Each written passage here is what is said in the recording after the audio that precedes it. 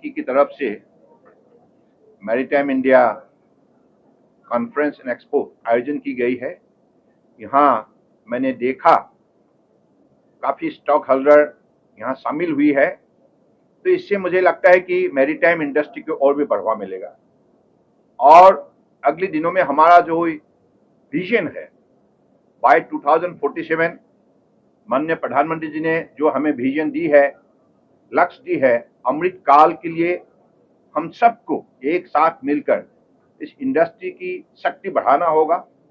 हमारी cargo handling capacity अब 1600 है, today it is 1600 million metric tonne है, और उसको आगे बढ़ा के 10,000 मिलियन मेट्रिक टन तक हमको उसको बढ़ाना होगा।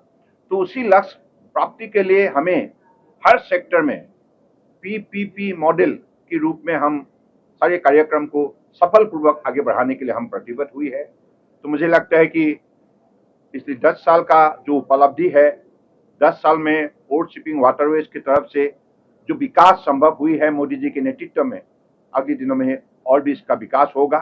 और आप सबको मालूम है कि परम आदरणीय प्रधानमंत्री जी की विजन के वजह से, उनके डायनेमिक लीडरशिप के वजह से अब भारत का सबसे बड़े पोर्ट वर्धमान में बन रहा है, जिस पोर्ट का capacity container plus other bulk cargo मिलाकर 300 मिलियन मेट्रिक टन होगा एनुअली।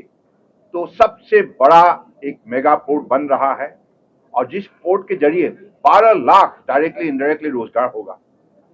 तो मुझे लगता है कि ऐसे ही मतलब हमारी पिछली 10 साल में सागरमाला स्कीम हो या मैरीटाइम इंडिया विजन 2030 हो, और अब अमृतकाल विजन 2047, हर कार्यक्रम में आज देश की जनता की सहयोग से और हर मैरीटाइम स्टेट जो है हमारे कोस्टल स्टेट, उनके सहयोग से और प्राइवेट स्टेक होल्डर्स के भी सहयोग से आज हम लोगों ने जो सफलता प्राप्त की है, और अगले दिनों में भारत को आत्मनिर्भर भारत बनाने के सिलसिले में देश के अलग अलग मंत्रालय का साथ पोर्ट शिपिंग वाटरवेज की भी एक बहुत बड़ा भूमिका रहेगा।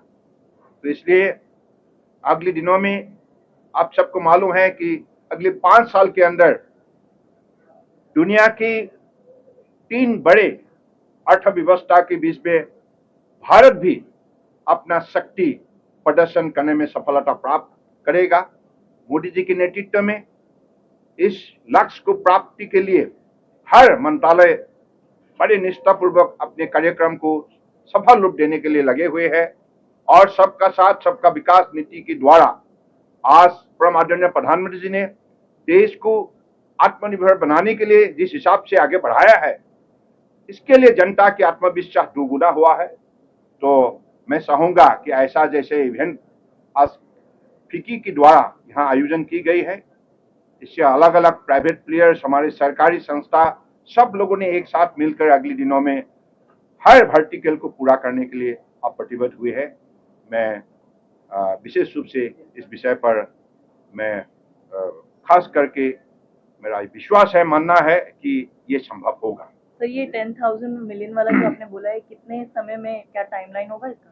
हाँ, अगले 25 साल के अंदर, क्योंकि अभी अमृतकाल का यात्रा शुरू हुई है, तो by 2047 our cargo handling capacity will move from today it is 1630 million metric tonne to 10,000 million metric tonne. Last year हमने देखा था कि समिट हुआ था, उसमें 80 लाख करोड़ का एमओयू साइन हुआ था। 10 lakh crores. 10 lakh crores. Okay, 10 lakh crores. 80 lakh crores is our target for 2047. Okay, तो इसमें से कितना ट्रांसलेट हो पाया है?